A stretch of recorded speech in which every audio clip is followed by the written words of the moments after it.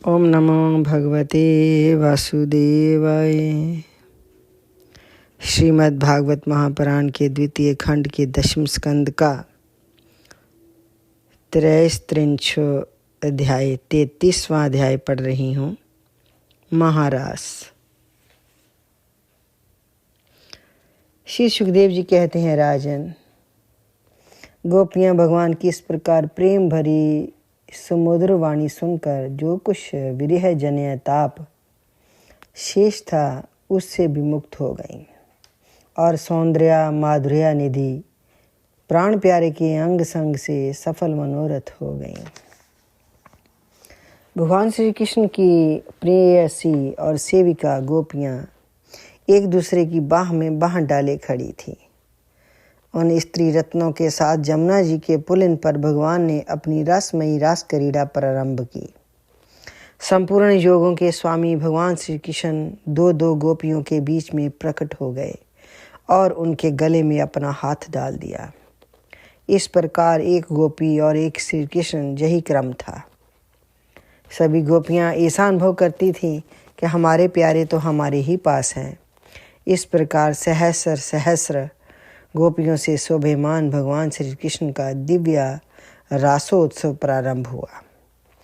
उस समय आकाश में शत विमानों की भीड़ लग गई थी। सभी देवता अपनी अपनी पत्नियों के साथ वहां पहुंचे।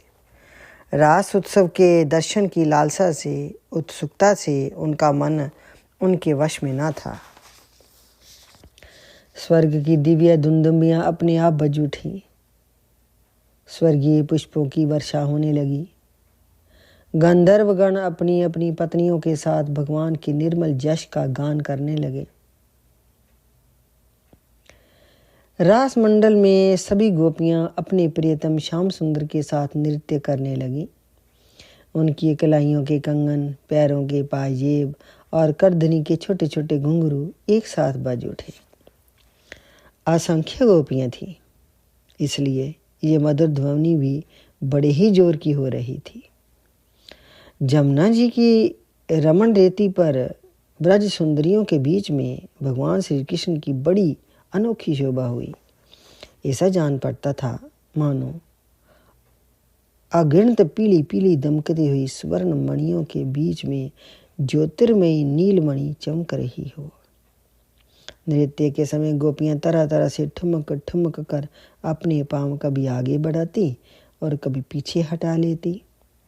कभी गति के अनुसार धीरे धीरे पांव रखती तो कभी बड़े वेग से।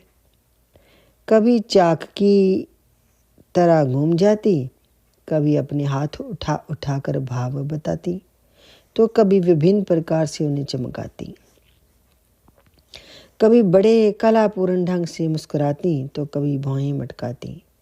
नाचते नाचते उनकी पतली कमर ऐसी लचक जाती थी मानो टूट गई हो। झुकने, बैठने, उठने और चलने की फुर्ती से उनके सारा शरीर हिल रहा था तथा वस्त्र उड़े जा रहे थे। कानों के कुंडल हिल हिल कर कपोलों पर आ जाते थे। नाचने के परिश्रम से उनके मुंह पर पसीने की बूंदें झलकने लगी थी। केशों की चोटियां कुछ ढीली पड़ गई थी। नीवी की गांठें खुली जा रही थी। इस प्रकार नटवर नंदलाल की परम प्रेयसी गोपियां उनके साथ गा गा कर नाच रही थी। परीक्षित, उस समय ऐसा जान पड़ता था मानो बहुत से श्री कृष्ण तो सामले सामले मेघ मंडल हैं और उनके बीच बीच में चमकती हुई गोरी गोपियां बिजली हैं। उनकी शोभा असीम थी। गोपियों का जीवन भगवान की रति है, प्रेम है। वे श्री कृष्ण से सटकर नाचते नाचते ऊंचे स्वर से मधुर गान कर रही थीं। श्री कृष्ण का संस्पर्श पा पाकर और भी आनंद मगन हो रही थीं। उनके राग रागनियों से पूर्ण गान से ये सारा जगत अब भी गूंज रहा है। कोई गोपी भगवान के साथ उनके स्वर में स्वर मिलाकर गा रही थी। वह श्री कृष्ण के स्वर की अपेक्षा और भी ऊंचे स्वर से राग आलापने लगी। उसके विलक्षण और उत्तम स्वर को सुनकर वे बहुत ही प्रसन्न हुए और वाह वाह करके उसकी प्रशंसा करने लगे।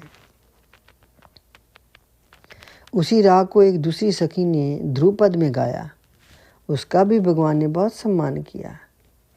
एक गोपी नृत्य करते करते थक गई। उसकी कलाइयों से कंगन और चोटियों से बेला के फूल खिसकने लगे। तब उसने अपने बगल में ही खड़े मुरली मनोहर श्याम सुंदर के कंधे पर अपनी बाँह से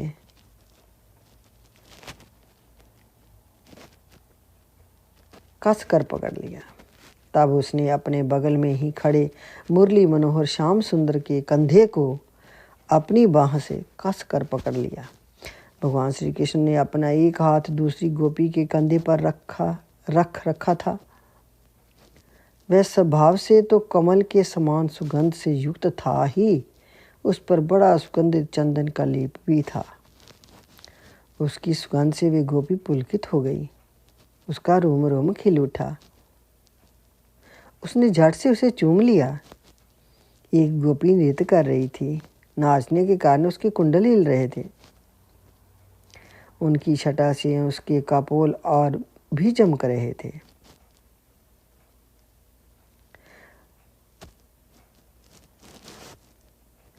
कोई गोपी नूपुर और करधनी के घुंघराओं को झनकारती हुई नाच और गा रही थी।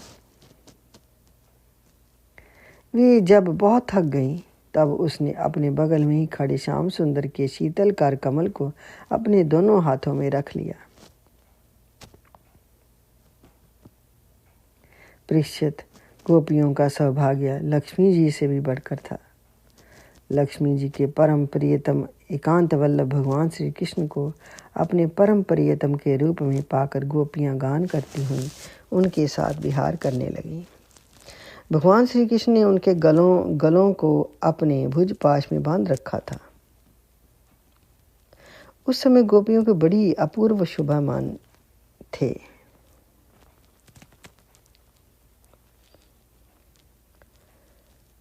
उस समय गोपियों की बड़ी अपूर्व शोभा थी। उनके कानों में कमल के कुंडल शोभायमान थे। घुंघराली अलकें कपोलों पर लटक रही थीं। पसीने की बूंदें झलकने से उनके मुख की छटा निराली हो गई थी। वे रास मंडल में भगवान श्री कृष्ण के साथ नृत्य कर रही थी। उनके कंगन और पजेबों के बाजे बज रहे थे। भौरे उनके ताल सुर में अपना सुर मिला के गा रहे थे। उनके जूड़ों तथा चोटियों में गुथे हुए फूल गिरते जा रहे थे। परीक्षित, जैसे नन्हा सा शिशु निर्विकार भाव से अपनी परछाई के साथ खेलता है, वैसे ही रमा रमन भगवान श्री कृष्ण कभी उन्हें अपने हृदय में लगा लेते, कभी प्रेम भरी तिरछी चितवन से उनकी ओर देखते, तो कभी लीला से उन्मुक्त हंसी हंसने लगते। इस प्रकार उन्होंने ब्रज सुंदरियों के साथ क्रीड़ा की विहार किया। परीक्षित, फूलों के हार टूट गए और गहने अस्त व्यस्त हो गए। वे अपने केश, वस्त्र और कंचुकी को भी पूर्णतः संभालने में असमर्थ हो गई थी। भगवान श्री कृष्ण की ये रस क्रीड़ा देखकर स्वर्ग की देवगनाएं भी मिलन की कामना से मोहित हो रही थी और समस्त तारों तथा ग्रहों के साथ चंद्रमा चकित हो रहे थे। परीक्षित, जब भी भगवान आत्माराम हैं, उन्हें अपने अतिरिक्त और किसी की भी आवश्यकता नहीं है, फिर भी उन्होंने जितनी गोपियां थी उतने ही रूप धारण किए, खेल खेल में उनके साथ विहार किया। जब बहुत देर तक गान और नृत्य आदि विहार करने के कारण गोपियां थक गईं, तब करुणामय भगवान श्री कृष्ण ने बड़े प्रेम से स्वयं अपने सुखद कर कमलों द्वारा उनके मुंह पूंछे। परीक्षित, भगवान के कर कमल और नख स्पर्श से गोपियां को बड़ा आनंद हुआ।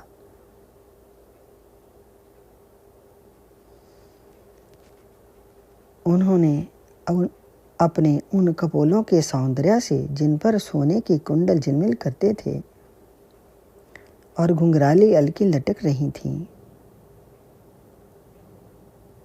तथा उस प्रेम भरी चितवन से जो सुधा से भी मीठी मुस्कान से उज्जवल हो रही थी, भगवान श्री कृष्ण का सम्मान किया और प्रभु की परम पवित्र लीलाओं को गान किया।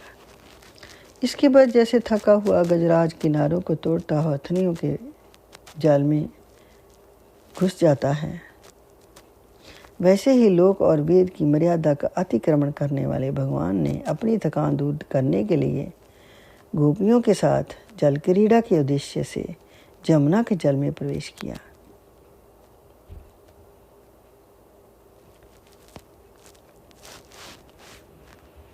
उसके चारों ओर गुनगुनाते हुए भौरे उनके पीछे पीछे इस प्रकार चल रहे थे मानो गंधर्वराज उनकी कीर्ति का गान करते हुए पीछे पीछे चल रहे हों।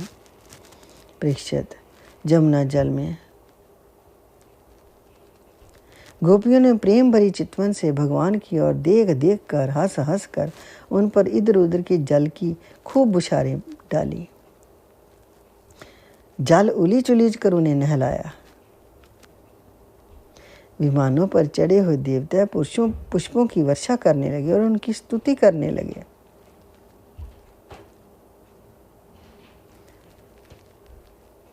इसके बाद भगवान श्री कृष्ण ब्रज युवतियों और भौरों की भीड़ से घिरे हुए जमुना तट के उपवन में गए।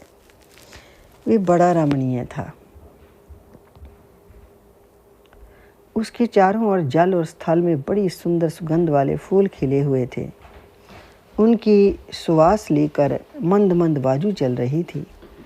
उसमें भगवान इस प्रकार विचरण करने लगे जैसे मद गजराज हथनियों के झुंड के साथ घूम रहा हो। परीक्षित, शरद की वह रात्रि जिसके रूप में अनेक रात्रियां पूंजीभूत हो गई थी, बहुत ही सुंदर थी। चारों ओर चंद्रमा की बड़ी सुंदर चांदनी छिटक रही थी। काव्यों में शरद ऋतु की जिन रस सामग्रियों का वर्णन मिलता है, उन सभी से वे युक्त थीं।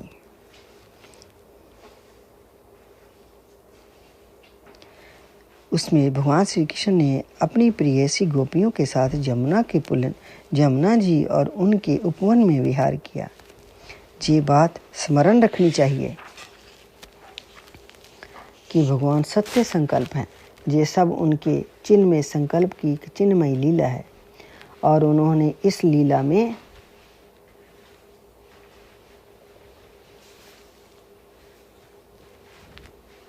उसकी चेष्टाओं को तथा उसकी क्रिया को सर्वथा अपने अधीन कर रखा था। उन्हें अपने आप में कैद कर रखा था। राजा परीक्षित ने पूछा, भगवान श्री कृष्ण सारे जगत के एकमात्र स्वामी हैं। उन्होंने अपने अंश श्री बलराम जी के साथ पूर्ण रूप में अवतार ग्रहण किया था। उनके अवतार का उद्देश्य ही ये था कि धर्म की स्थापना हो, अधर्म का नाश हो। ब्राह्मण वे धर्म मर्यादा के बनाने वाले, उपदेश करने वाले और रक्षक थे। फिर उन्होंने स्वयं धर्म के विपरीत पर स्त्रियों का स्पर्श कैसे किया? मैं मानता हूँ कि भगवान श्री कृष्ण पूर्ण काम थे। उन्हें किसी भी वस्तु की कामना न थी, फिर भी उन्होंने किस अभिप्राय से ये कर्म किया? परम ब्रह्मचारी मनीश्वर बोले, आप कृपा करके मेरा ये संदेह मिटाइए। श्री सुखदेव जी कहते हैं, सूर्य, अग्नि आदि ईश्वर कभी कभी धर्म का उल्लंघन और साहस का काम करते देखे जाते हैं, परंतु उन कामों से उन तेजस्वी पुरुषों को कोई दोष नहीं होता। देखो, अग्नि सब कुछ खा जाता है, परंतु उन पदार्थों के दोष से लिप्त नहीं होता। जिन लोगों में इसी सामर्थ्य नहीं है, उन्हें मन से भी वैसी बात कभी नहीं सोचनी चाहिए। शरीर से करना तो दूर रहा, यदि मूर्खतावश कोई ऐसा काम कर बैठे तो उसका नाश हो जाता है। भगवान शंकर ने हलाल विष पी लिया था, दूसरा कोई पिए तो वे जलकर भस्म हो जाएगा। इसलिए इस प्रकार के जो शंकर आदि ईश्वर हैं, अपने अधिकार के अनुसार उनके वचन को ही सत्य मानना और उसी के अनुसार आचरण करना चाहिए। उनके आचरण का अनुकरण तो कहीं कहीं ही किया जाता है। इसलिए बुद्धिमान पुरुष को चाहिए कि उनका जो आचरण उनके उपदेश के अनुकूल हो, उसी को जीवन में उतारे। परीक्षित, वे सामर्थ्यवान पुरुष अहंकार रहितहीन होते हैं। शुभ कर्म करने में उनका कोई सांसारिक स्वार्थ नहीं होता और अशुभ कर्म करने से अनर्थ नहीं होता। वे स्वार्थ और अनर्थ से ऊपर उठे होते हैं। जब उन्हीं के संबंध में ऐसी बात है, तब जो पशु पक्षी मनुष्य देवता और आदि समस्त चराचर जीवों के एकमात्र प्रभु सर्वेश्वर भगवान हैं, उनके साथ मानवीय शुभ और अशुभ का संबंध कैसे जोड़ा जा सकता है। जिनके चरण कमलों के राज्य का सेवन करके भक्त जन तृप्त हो जाते हैं, जिनके साथ योग प्राप्त करके उसके प्रभाव से योगी जन अपने सारे कर्म बंधन काट डालते हैं, और विचारशील ज्ञानी जन जिनके तत्व का विचार करके तत्व स्वरूप हो जाते हैं तथा समस्त कर्म बंधनों से मुक्त होकर स्वच्छंद विचरते हैं, वे ही भगवान अपने भक्तों की इच्छा से अपना चिन्ह में श्री विग्रह प्रकट करते हैं। तब भला उनमें कर्म बंधन की कल्पना कैसे हो सकती है। गोपियों के, उनके पतियों के और संपूर्ण शरीरधारियों के अंतःकरण में जो आत्मा रूप से विराजमान है, जो सबके साक्षी और परम पति हैं, वही तो अपना दिव्य चिन्ह में श्री विग्रह प्रकट करके ये लीला कर रहे हैं। भगवान जीवों पर कृपा करने के लिए ही अपने को मनुष्य रूप में प्रकट करते हैं और ऐसी लीलाएं करते हैं जिन्हें सुनकर जीव भगवत परायण हो जाता है। ब्रजवासी गोपों ने भगवान श्री कृष्ण में तनिक भी दोष बुद्धि नहीं की। वे उनकी योग माया से मोहित होकर ऐसा समझ रहे थे कि हमारी पत्नियां हमारे पास हैं। ब्रह्मा की रात्रि के बराबर वे रात्रि बीत गई। ब्रह्म मुहूर्त आ गया। यद्यपि गोपियों की इच्छा अपने घर लौटने की ना थी, फिर भी भगवान श्री कृष्ण की आज्ञा से वे अपने अपने घर चली गईं, क्योंकि वे अपनी प्रत्येक चेष्टा से, प्रत्येक संकल्प से केवल भगवान को ही प्रसन्न करना चाहती थीं। परीक्षित, जो धीर पुरुष ब्रज युवतियों के साथ भगवान श्री कृष्ण के चिन्ह में रास विलास का श्रद्धा के साथ बार बार श्रवण और वर्णन करता है, उसे भगवान के चरणों में पराभक्ति की प्राप्ति होती है और बहुत शीघ्र ही अपने हृदय के रोग काम विकार से छुटकारा पा लेता है। उसका काम भाव सर्वदा के लिए नष्ट हो जाता है। इति श्रीमद्भागवत महापुराण के 10वें स्कंद का 33वां अध्याय संपूर्ण। श्रीमद्भागवत महापुराण की आरती। आरती अति पावन पुराण की, धर्म भक्ति विज्ञान खान की। महापुराण भागवत निर्मल, शुकमुख विगलित निगम कल्प फल। परमानंद सुधा रस में कल, लीला रति रस रस निधान की। आरती अति पावन पुराण की। कलिमल मथनी त्रिताप निवारणी, जन्म मृत्यु में भव भय हारणी। सेवत सतत सकल सुख कारणी, सुमहो औषधि हरि चरित गान की। आरती अति पावन पुराण की। विषय विलास विमोह विनाशनी, विमल विराग विवेक विकासिनी, भगवत तत्व रहस प्रकाशिनी, परम ज्योति परमात्म ज्ञान की, आरती अति पावन पुराण की।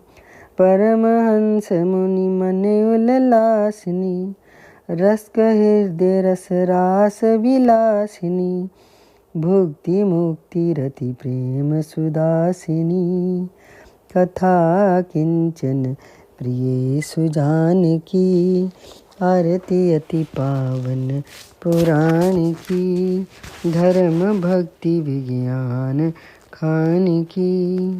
ओम नमो भगवते वासुदेवाय।